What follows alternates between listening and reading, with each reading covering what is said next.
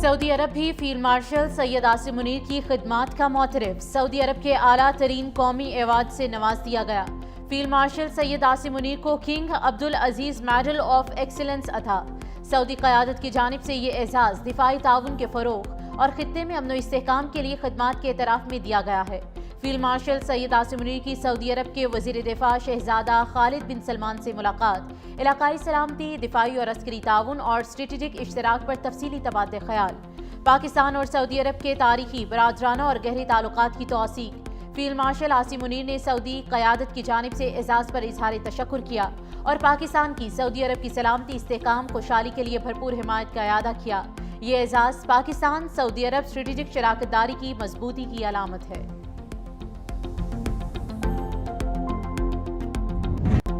شاباش شاہینوں، خوش آمدید۔ Pakistan under 19 cricket team trophy لے کر وطن واپس پہنچ گئی۔ اسلام آباد ایئرپورٹ پر شاندار استقبال، گلپاشی بھی کی گئی۔ وزیر مملکت بلال اظہر کیانی بھی موجود۔ شائقین کرکٹ اور کھلاڑیوں کے اہل خانہ کی آمد۔ کرکٹ شائقین کے ڈھول کی تھاپ پر بنگڑے، کھلاڑیوں کو سخت سیکیورٹی میں نجی ہوٹل روانہ کیا گیا۔ وزیر اعظم شہباز شریف کرکٹ ٹیم کے کھلاڑیوں سے ملاقات کریں گے۔ ٹیم کے اعزاز میں اسلام آباد میں تقریب ہوگی۔ پاکستان ایشیا کرکٹ کا سلطان، بھارت نو کو شکست دے کر انڈر 19 کا چیمپئن بن گیا۔ جنگی محاذ کے بعد روایتی حریف کو کرکٹ کے میدان میں بھی عبرتناک مات دی۔ قومی انڈر 19 ٹیم نے فائنل میں 191 رن سے دھول چٹا دی۔ شاہینوں نے پہلے کھیلتے ہوئے 347 رنز کا پہاڑ کھڑا کیا۔ سمیر منہاس نے 172 رنز کی شاندار اننگز کھیلی۔ احمد حسین کی 56، عثمان خان کی 35 رنز کی اننگز، فرحان یوسف 19، حمزہ ظہور کے 18 رنز۔ ہدف کے تعاقب میں بھارت کی ٹیم 156 رنز پر ڈھیر۔ یوندرن 36، سوریا وانشی 26، کھلان پٹیل 19، آروین کے 16 رنز اور کندو 13 رنز بنا کر پویلین لوٹے۔ سمیر منہاس شاندار بیٹنگ پر میچ ٹورنامنٹ کے ہیرو قرار پائے۔ دبئی میں صدر محسن نقوی کی زیر صدارت ایشین کرکٹ کونسل کا خصوصی اجلاس، ایشیا کپ انڈر 19 ٹورنامنٹ کے شاندار اور کامیاب انعقاد پر اے سی سی کی پوری ٹیم سے اظہار تشکر۔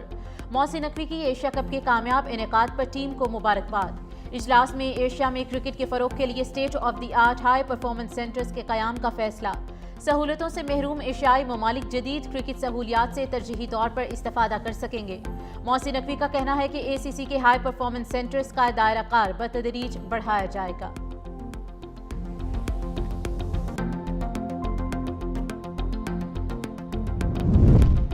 صدر آصف علی زرداری کی بغداد میں عراقی ہم منصب ڈاکٹر عبداللطیف جمال رشید سے ملاقات، دونوں صدور کے درمیان 1 on 1 ملاقات اور وفود کی سطح پر مذاکرات۔ عراقی صدر کی جانب سے صدر آصف علی زرداری اور وفد کے اعزاز میں ظہرانہ۔ صدر زرداری کا عراقی قیادت اور عوام کی جانب سے پرتپاک استقبال پر شکریہ۔ صدر آصف علی زرداری کی بغداد میں زیارات مقدسہ پر حاضری۔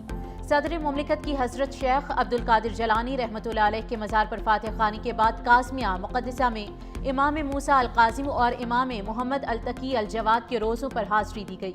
روزہ قاسمیہ میں امت مسلمہ کے امن، اتحاد اور سلامتی کے لیے دعا۔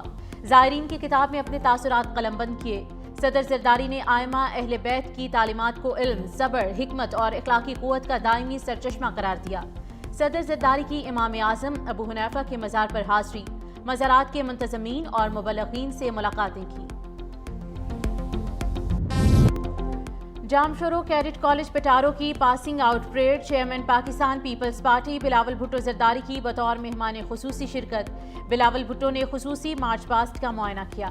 وزیر اعلیٰ سندھ سید مراد علی شاہ کی بھی تقریب میں شرکت۔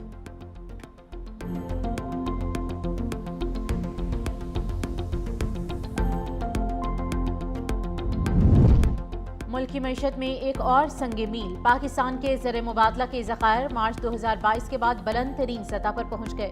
تازہ اعداد و شمار کے مطابق مارچ 2022 کے بعد پاکستان کے مجموعی زر مبادلہ ذخائر 21.1 ارب ڈالر تک پہنچ چکے ہیں۔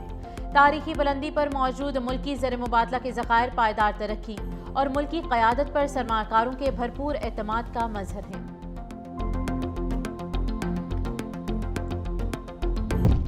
بھارتی فوج کے اہلکاروں پر بدعنوانی، جنسی جرائم اور منشیات اسمگلنگ کے سنگین الزامات بے نقاب۔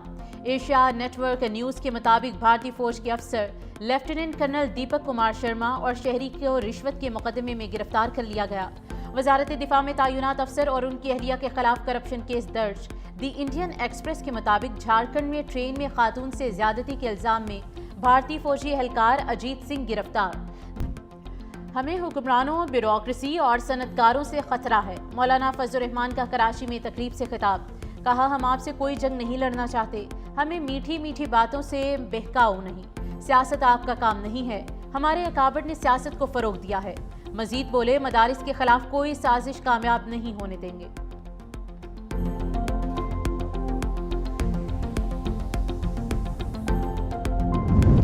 مسلم لیگ نون اور پیپلز پارٹی نورا کشتی لڑ رہی ہے، حافظ نعیم الرحمان کی تنقید۔ راولپنڈی میں دھرنے کے شرکاء سے خطاب میں کہا کہ حکومت تمام اختیارات مقامی حکومتوں کو منتقل کرنے میں ناکام رہی۔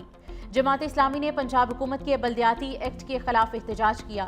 پنجاب بھر میں اس کالے قانون کے خلاف تحریک چلائیں گے۔ 15 جنوری سے ملک میں بدل دو نظام ریفرنڈم کروائیں گے۔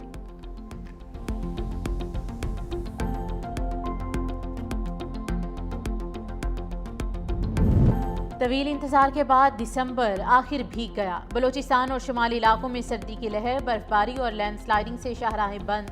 چمن میں درجہ حرارت 0 ریکارڈ۔